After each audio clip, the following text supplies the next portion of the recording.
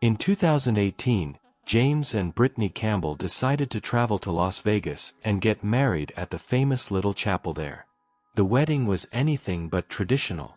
It was so unconventional that the person who officiated their marriage was dressed like Elvis Presley, and they were standing in front of a pink Cadillac.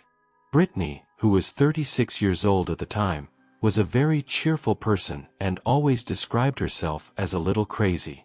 James, who was 35, was the complete opposite, very calm, logical, and rarely made impulsive decisions. Even though they had very different personalities, they ended up back together after having dated in high school and then breaking up.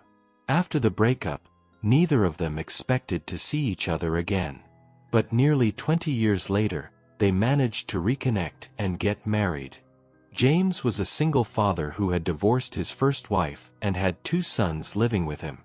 Brittany, on the other hand, had never married or had children and had always dreamed of being a mother.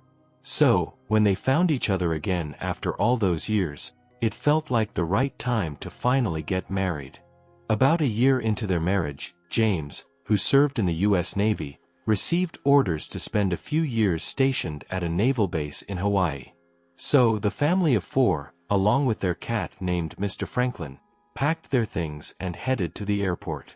Their plane landed in Honolulu, the capital of Hawaii. They moved into a small, 2-story house just 2 minutes from the airport. The house was located at the end of a quiet, dead-end street in a safe neighborhood. The area didn't look luxurious like you might imagine when you think of Hawaii, with its natural beauty and wealthy homes. Instead, it resembled a typical American suburb, 2-story homes lined up next to each other, each with a small white fence in front. For the Campbell family, who had never lived in Hawaii before and were used to life in the mainland U.S., this neighborhood was comfortable, and the house seemed perfect for them. Little by little, they started to love their new home, until they discovered its dark secret.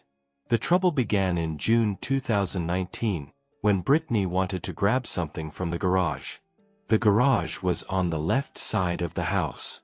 If you stood facing the house, you'd see a door on the ground floor leading to the garage. Brittany walked over, opened the door, and turned on the light. What she saw made no sense. There were moving boxes they had placed in the garage, boxes that had been shipped separately by a moving company before the family flew to Hawaii. Those boxes were supposed to still be sealed. But Brittany found all the boxes had been opened and were a complete mess. Many of the items had been taken out and placed on the ground. Strangely, the items weren't just randomly scattered, they were laid out in neat piles, almost as if someone was organizing them for a garage sale. Someone had carefully spread them out on the floor like a vendor at a market. Brittany ran out of the garage and told James. When James came to see the garage, he was just as shocked. Together, they started going through the stuff to see if anything was missing. Surprisingly, none of the valuable items had been taken. They were all there among the rest of the things on the floor. This reassured James and Brittany that it probably wasn't theft. James thought maybe the kids had been playing in the garage and messed everything up. But when he and Brittany asked the boys, they said they hadn't even entered the garage. Brittany believed them, but James was skeptical. He figured it might have been their pets, the cat or the new dog they had gotten since arriving in Hawaii. Maybe the animals had knocked things over. So, he decided to forget about it. But Brittany remained uneasy. About a week later, Brittany was home alone. She was sitting in front of the vanity mirror in the master bedroom, doing her makeup. She had her laptop open and was watching YouTube videos. Suddenly, she heard a loud bang downstairs. It was the front door being slammed shut. The sound was so loud that it startled her, and she almost poked her eye with the eyeliner. She paused the video and called out for James and the boys, thinking maybe they had come home, grabbed something quickly, and left again, slamming the door behind them. But no one answered. Something didn't feel right. Especially with what had happened in the garage the week before. She left the bedroom quickly. Outside the master bedroom was another room, the boys' bedroom. Between them was a hallway, and in the middle of the hallway was a staircase leading to the ground floor. Brittany stood at the top of the stairs and called out again. No response. The house was dead silent. She called again, louder this time. Still nothing. Her heart pounding, she slowly walked down the stairs. The house was eerily quiet, so quiet it was terrifying. She continued to call out as she descended, but still no one answered. When she reached the front door, she opened it, hoping to see James's car or any sign that her husband or the kids were nearby. But the car wasn't there. The house was completely empty. She was alone. Her fear grew, and she quickly closed the door and checked all the locks and windows, making sure everything was secure. She searched the entire house, upstairs and down, opening every closet and looking under every bed, just to be sure no one was inside. When she was finally certain the house was empty, she began wondering how the front door could have slammed like that when she was sure she had locked it. Too scared to stay in the house alone, she grabbed her things and went outside to walk around until James and the boys returned. That evening, when James and the kids got back, Brittany told them everything. James insisted that none of them had returned to the house since they left that morning. He suggested maybe she had left the door open and the wind slammed it shut. But she told him she was absolutely sure she had closed and locked the door. He brushed it off, saying she was overreacting. It was just a door slamming, nothing to panic about. She snapped back, saying, "You're always brushing things off, just like you ignored what happened with the boxes in the garage. And now you're doing it again with the door." They ended up arguing about it. She was terrified, and he thought she was exaggerating. They went to bed that night upset, not speaking to each other. In the middle of the night, Brittany woke up suddenly. She didn't know why. Maybe it was the anxiety and fear that had been building up. As she sat up in bed, trying to get her bearings, she suddenly heard the faint sound of a door opening and closing downstairs. Even though the sound was soft, it was clearly audible in the quiet of the night. She stayed frozen in place, sitting on the bed, listening intently to confirm what she had just heard. The sound was real. It wasn't in her head. A few seconds later, she heard a different door downstairs opening and closing again. This time, her heart started racing, and she woke James up, telling him she could hear doors opening and closing downstairs. James was very annoyed that she woke him up in the middle of the night for something like this, especially since he thought she had been exaggerating ever since that first door slammed. And now here she was again, waking him up in the middle of the night, saying more doors were opening and closing. He didn't want to get into another argument and just wanted to sleep. He tried to ignore her, but she angrily asked, "Did you lock the door properly before you went to bed?" He responded nervously, "Of course I locked it properly before I went to sleep. There's nothing downstairs. You're just scared for no reason." But Brittany didn't believe him. She said, "I'm going down to check myself even if you don't believe me." She got out of bed, left the master bedroom, and walked to the hallway on the second floor. It was completely quiet. There wasn't a single sound. She walked slowly toward the staircase leading to the ground floor. Standing at the top of the stairs, she looked down. It was completely dark. Even though she was terrified, she decided to go down and check. When she reached the ground floor, she found the main front door wide open. She was in shock, especially since James had insisted he locked it. She thought maybe one of the kids woke up and opened the door. She quickly closed and locked it, then checked the whole ground floor to see if one of the kids was up. But she found no one. She went upstairs to the kids' room and saw them fast asleep. She even woke them up to be sure, and it was clear they had been in a deep sleep. There was no way one of them could have opened the front door. The kids, half asleep, asked if something was wrong. She replied, "No, sweethearts, everything's fine. Go back to sleep." Then she woke James again and told him, "By the way, the door was open and the kids were asleep. This isn't normal." But James insisted she was overreacting. He coldly said, "You probably just forgot to lock the door." Then, while they were still talking, the downstairs balcony door suddenly slammed open and shut violently. This time, James, who had been dismissive, started to get scared. He got out of bed quickly and told Brittany, "Stay here. I'll go check." He went downstairs and returned after a while. He told her, "The balcony door was open, but I closed it. It was probably just the wind." But Brittany wasn't convinced. She asked, "How can all this be happening and you still think there's nothing strange going on? You saw what happened in the garage.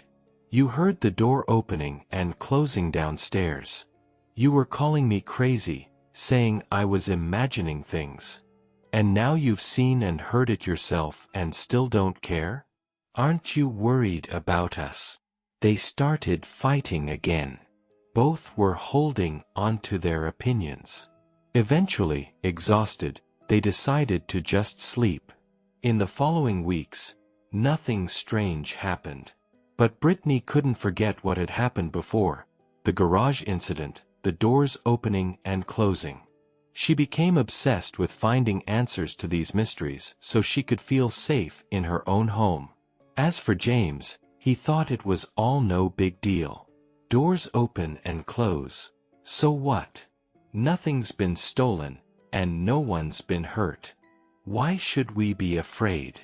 What James didn't know was that next time, something would happen to him alone, without Brittany there, and this time, he would be scared. The next incident would finally make him believe that something beyond logic was going on. It was an ordinary day. James was alone at home and decided to play the piano in the living room downstairs. He played for a while but suddenly got the overwhelming feeling that someone was watching him. The sensation was so strong that he stopped playing and looked around. When he glanced at the window next to him, which looked out onto the side garden, he saw the silhouette of a person standing outside, staring straight at him. The figure didn't move, just stood still like a statue with arms down, looking terrifying. The window had a curtain, so all James could see was the shadow. He panicked, stood up quickly, and rushed to the window to see who it was, but the figure vanished quickly toward the back of the house. James ran to another window overlooking the backyard, but found nothing. He checked around the whole house outside, still nothing. He tried to convince himself it was just a nosy neighbor who heard the music and stood there briefly. But deep inside, he knew something was wrong. Not long after seeing the shadow, another event flipped everything upside down for James. One day, James and Brittany decided to take the kids to the cinema. Brittany wanted to bring a special family blanket they always used while watching movies together. It was always on the couch in the living room. But when she went to get it, it was gone. She asked James and the kids if anyone had seen it. Everyone said no.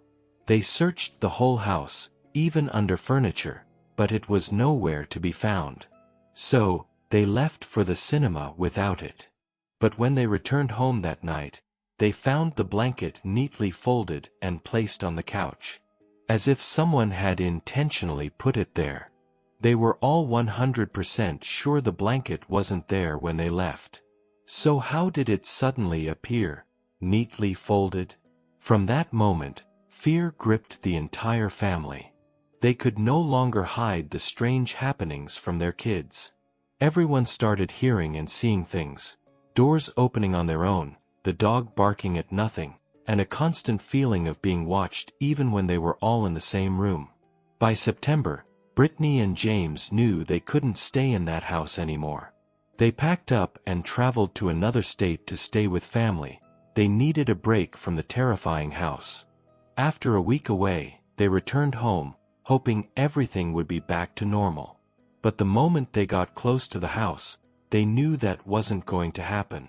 As James turned the car into their driveway, both he and Brittany saw James's bike lying in the driveway in front of the garage.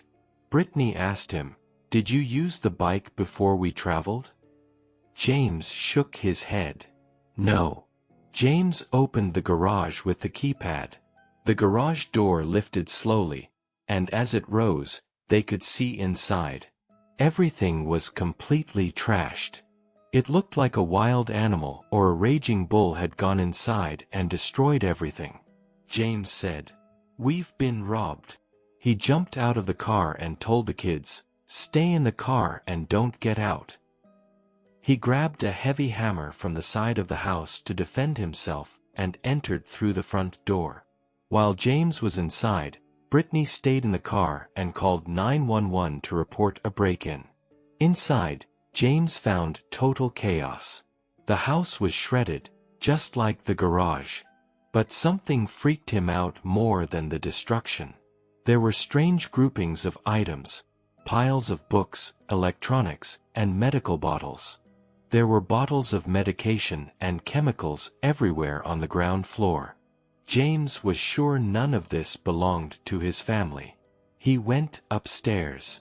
The second floor was destroyed, except the kids' room. Their room was perfectly clean and organized, clothes folded, beds made like a hotel, toys all put away. Even more disturbing, the master bedroom was also destroyed, except the bed. On top of the bed, laid out neatly, was a towel like a tablecloth. And on it, a set of surgical knives, perfectly arranged. Next to the knives was the family's old laptop, which had been left unused for a long time. The screen was on but black. Just then, Brittany arrived in the room and saw the knives and the laptop. They looked at each other in shock and opened the laptop. On the screen was a huge document titled, "Predator Testing, Human Rehabilitation Like Rats." It was full of detailed daily observations about their family. Whoever wrote it had been watching them for weeks and months, recording personal information, including private conversations, like their attempts to conceive another baby, which no one else knew about. The writer referred to Brittany as the creature, and said she should stop trying to have more kids and focus on the ones she had. At the end of the file, the author suggested that to rehabilitate the rats, surgeries were needed, like amputations and gender reassignment. There was even a checklist of the surgical tools and anesthetic drugs required. At that moment, James and Brittany realized the knives on the bed and the scattered medications were real and meant for them. 15 minutes before discovering the knives and laptop, James had been outside holding a hammer as Brittany called 911. When he tried to open the front door, something was blocking it from the inside.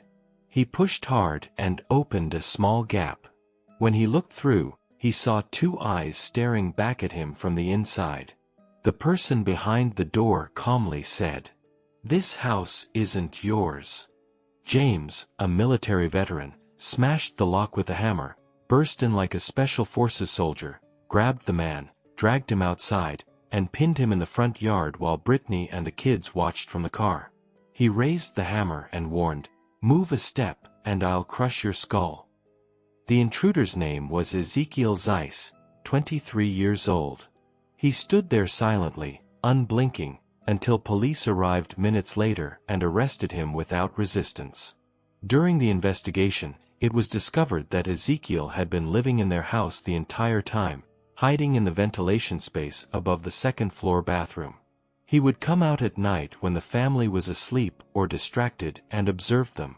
He had clearly been planning to carry out the surgeries described in the document. What saved the family was their decision to travel. The only reason Ezekiel didn't act was because the house was empty. Later, in jail, Ezekiel murdered his cellmate brutally. This confirmed he was capable and willing to carry out his plan. Ezekiel is currently in a psychiatric facility to determine if he is fit to stand trial. As for James and Brittany, they never returned to that house. They moved, and no one knows where they are now. Do you think what happened to the James family could ever happen in your own home? And what's the weirdest thing that ever happened to you that made you feel something wasn't quite right? Tell us your stories below.